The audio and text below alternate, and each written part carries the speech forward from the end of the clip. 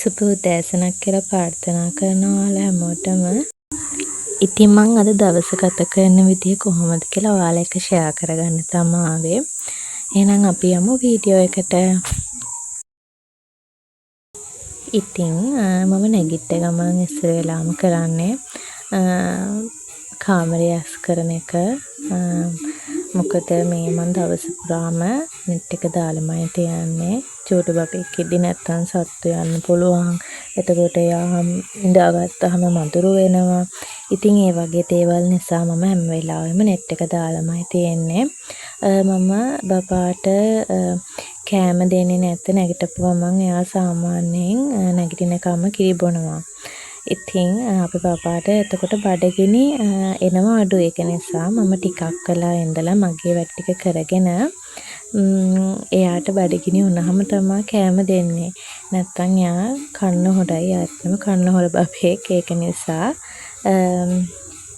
ඉතින් ඉස්සර වෙලාම කාමරය හොඳට අස් කරගන්න ඕන.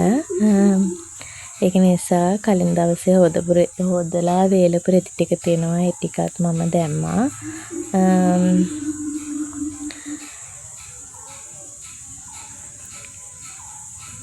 ඉතින් අද ටික කාලෙකින් තමයි අපේ හස්බන්ඩ් ගෙදර ඉන්නේ.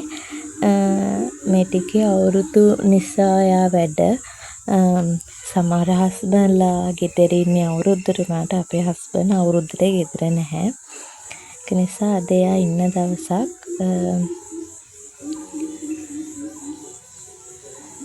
ඉතින් අපේ බබා දැන් එයා කාමරය අස් කරනකම් හස්බන්ඩ් ළඟට වෙලා ඉන්නවා. ඉතින් මම උදේම සාමාන්‍යයෙන් දැන් ඔතන මම ටීවී එකේ දාලා තියෙන ඇෆර්මේෂන් ඒවත් අහගෙන තමයි වැඩ කරන්නේ. දැන් මට ඒක අහන්න මේකේ දාන්න බෑ. මොකද කොපිරයිට් අදින්න පුළුවන්. ඒක නිසා ඔයාලත් මම කියන්නේ උදේම තමන්ගේ වැඩක් කරගන්නවා නම් සාමාන්‍යයෙන් ඇෆර්මේෂන් එකක්. එතකොට ඒකෙන් පස්සේ මම දානවා ගණදෙවි වන්දනාව. ඉතින් සෑහෙන දුරට ජීවිතේ එක වෙනස් වෙන්න පුළුවන් එතනින්. මොකද ඒක අපි අර හිතේ භක්තියෙන් ඒ වගේ දෙයක් ඇහුවොත් එතකොට හිතේ භක්තියෙන් අහන්න ඕන ගණදෙවි වන්දනාව. ඒ වගේම ඇෆර්මේෂන් අහද්දී ඒක අර අපි ගැන තියෙන ভাইබ්‍රේෂන් එක වැඩි වෙලා ගොඩක් දේවල් අපිට ඇට්‍රැක්ට් වෙන්න පුළුවන්. ඉතින් මම ඒක මේ ටිකේම අත්හදා බලපු දෙයක්. ඒකෙන් මේ කාල තුල මේ කාල සීමාව වෙන විට මට යම්කිසි ප්‍රතිඵලයක් තියෙනවා. මොකද අපි ඕන කෙනෙක්ගේ ජීවිතේ ඇත්තටම ගොඩේ ප්‍රශ්න තියෙනවා. අපි හිතන් ඉන්න විදිහට අපිට හැමෝම ආදරෙත් නෑ. අපිට හැමෝම සලකන්නෙත් නෑ. ඒ වගේම අපි හිතන් ඉන්න හැමෝම විශ්වාස කරන්නේ නැහැ. ඒ වගේ ප්‍රශ්න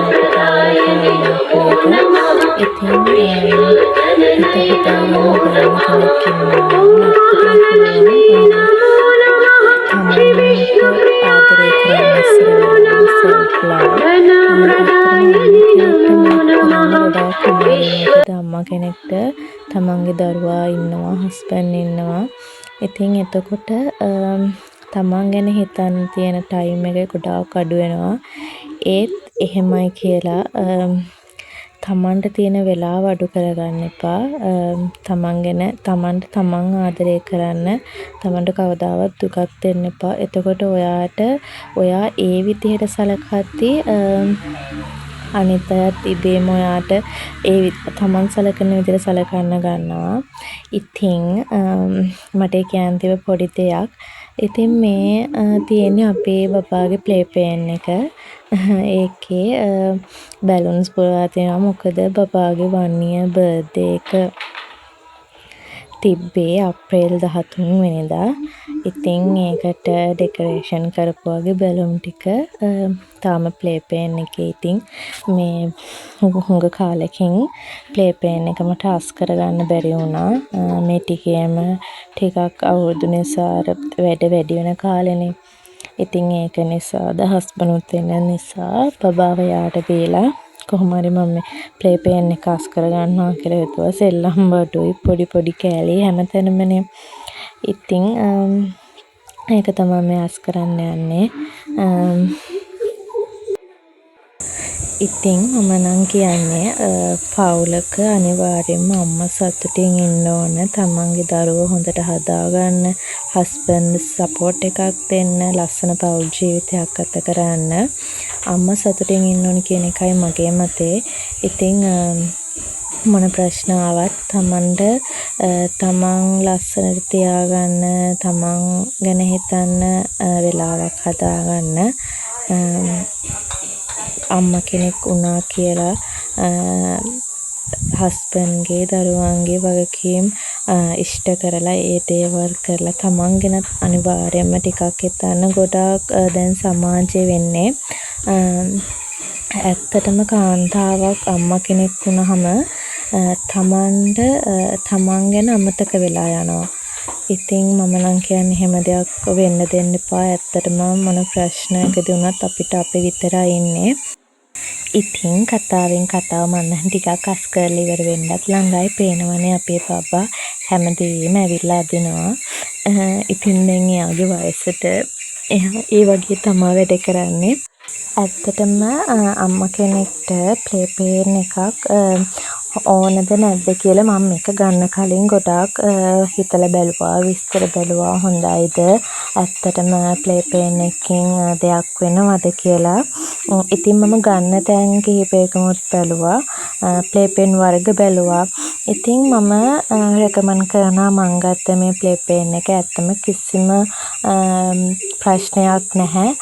ඒ වගේම ශක්තිමත්, බබෙක්ට සාමාන්‍යයෙන් බබෙක් එළියට යන්න පුළුවන්. අර මම දැකලා තියෙනවා ෂිපර් තියෙන ප්ලේ පේන් තියෙනවා. ඉතින් ඒව පොඩ්ඩක් භයානකයි වගේ. මොකද බබා ලොකු වෙන්න ෂිපර් එක අරගෙන යාට ආපහු යන්න පුළුවන්. ඉතින් මේ ප්ලේ පේන් එක අර පේනනේ කොළ පාට ඔය දාලා තියෙන කැලි දෙක, ඒකෙන් තමයි ඒක මේ ශක්තිය කියන්නේ හයි වෙන්නේ. එක ගලවන්න බෑ. අපිටත් ටිකක් ගලවන්න හරි අමාරුයි. ඉතින් මෙයාලා අල්ලගෙන හිට ගන්න උනත් මේක උදව්වක් වෙනවා. මේකට මෙට්‍රස් එක තියෙනවා කොම ළඟ එකමාරක් වගේ තියෙනවා. ඉතින් ප්ලේ පේන් එකක් ගන්න හොයනවා නම් සාමාන්‍යයෙන් මේ ප්ලේ පේන් එක ඇත්තටම වර්ක්. සාමාන්‍යයෙන් මේක පැනල් 8, පැනල් 4, 6, 12 8 ඒ වගේ තියෙනවනේ. ඉතින් මම ගත්තේ පැනල් 8, 12 නම් එන්නේ සාමාන්‍යයෙන් ටිකක් එනවා අඩුයි. ඉතින් පැනල් 6 ඉඳලා 15 10 18 10 එහෙම දෙනවා. මේක 2000යි. ගන්නවා නම් මේ ප්ලේ පේන් එක ඇත්තටම හොඳයි. මට රෙකමන්ඩ් කරන්න පුළුවන්. ගෙදර කවුරු නැති වෙලාවට, ඉතින් බබා එක්ක තනියම ඉන්න වෙලාවට මේ ප්ලේ පේන් එක ඇත්තටම හොඳයි. ඉතින් දැන් අස් කරන ගමන් බබාට බඩගිනි කියලා මට තේරෙනවා. මොකද බබායි කෑම වෙලාවත් ආවා. ඉතින් අද මම එයාට දවසට එයාට අනිවාර්යෙන් බිත්තරයක් දෙනවා. අනික අපේ බබා මේ ටිකේ අසනීප වෙලා ඉන්න නිසා සාමාන්‍යයෙන් ටිකක් කනවා අඩුයි. ඒක නිසා එයා බිත්තර නම් ආසාවෙන් කනවා. ඒත් බිත්තරත් එක දිගටම දෙන්න හොඳ නෑ. සාමාන්‍යයෙන් සෙමෑ වෙස්සෙනවනේ. ඉතින් මම බිත්තරයි පරිප්පුයි තමයි අද බබාට දෙන්න හිතුවේ. බටර් එහෙම දාලා ඒව ඔක්කොම කරලා තියෙන්නේ. දැන් අවුරුද්දක බබෙක් හින්දා මාළු එහෙම වෙනම කනවා.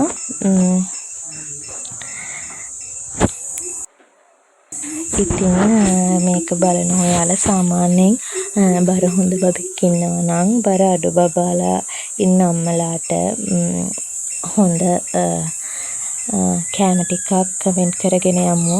එතකොට තව කාට හරි ඒක ප්‍රයෝජනවත් වෙයි. එතකොට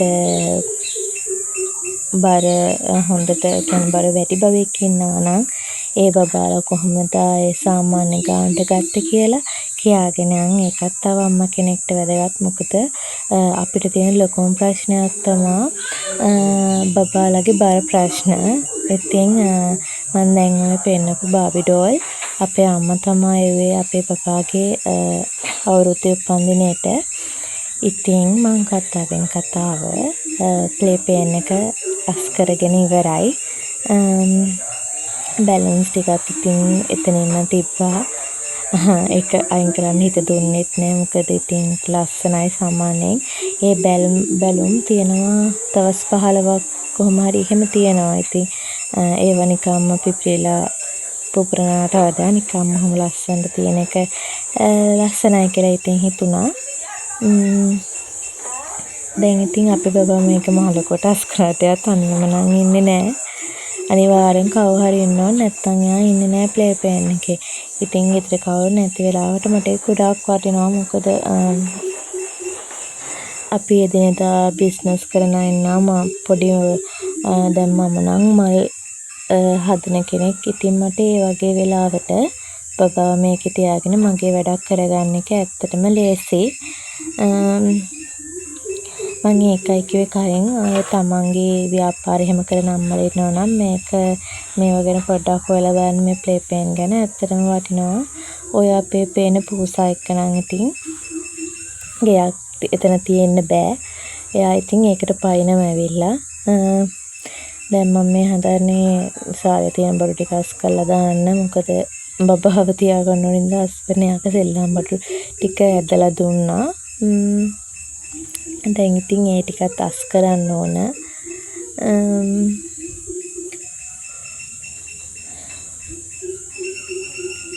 පේනවනේ පූස්පටව හැමතැනම ඉන්නවා. ඉතින් යාලා එහෙම ළඟට නම් එන්නේ නෑ බබාගේ. එන්නම නැත්තේ අපේ බබා හරිය ආසයි පූස්පටවන්ට. ඉතින් යාලත් ඉන්නවා එයා වටේටම වෙලා. එහෙනම් ඉතින් අදට මං ගෙනාවේ උදේ කාමරය අස් කරන එක, ප්ලේ පේන් එක අස් කරන එක, සාලේ වැඩ ටික තමා. සාලේ වැඩ ටිකත් ඉතින් එතනින් ඉවර වෙනවා. අතු ගාලා ඉවර වුණාම ඉතින් මං ඉස්සෙල්ලා කිව්වා වගේ අම්මා කෙනෙක් වුණාම තමන් ගැන හිතන්න නැතුව ඉන්න එපා. හිතලා හොඳට සතුටින් ලස්සනට ජීවත් වෙන්න. මොකද අපි සතුටින් ලස්සන ඉන්න තරමට තමයි අපේ පවුලේ අය සතුටින් ලස්සනට ඉන්නේ. ඉතින් මං කතාවෙන් කතාව අස් කරලා ඉවරයි. මං ඔය පෙන්නපු ගෝකාට් ෆීඩින් චෙයා තියෙනවා. ඉතින් මට ඒවා මුල් කාලෙදී වැඩ කරා. දැන් නම් ඒවා අපේ බබා ඉන්නේ නැහැ. ඉතින් ඒවා ගන්නවා නම් අම්මලා ටිකක් හිතන්න. දැන් ඉතින් අපේ පපාගේ ස්ක්‍රීන් ටයිම් එක එයා ආසයි සින්දු බලන්න. ඉතින් අද මගේ වැඩ ටික ඉවරයි. වැඩ කර කර ඉන්න ගමන් අපේ ආච්චි අම්මලා ලොකු අම්මලා අවුරුද්දට ඉතින් අය වීඩියෝ කරන්න බැරි වුණා. එතනින් එහාට යාලා ආව නිසා අදට මම එහෙනම් ගිහිල්ලා එන්නම්. ආදරෙන් ඉල්ලනවා මගෙත් එක්ක හැමදාම එකතු වෙලා ඉන්න.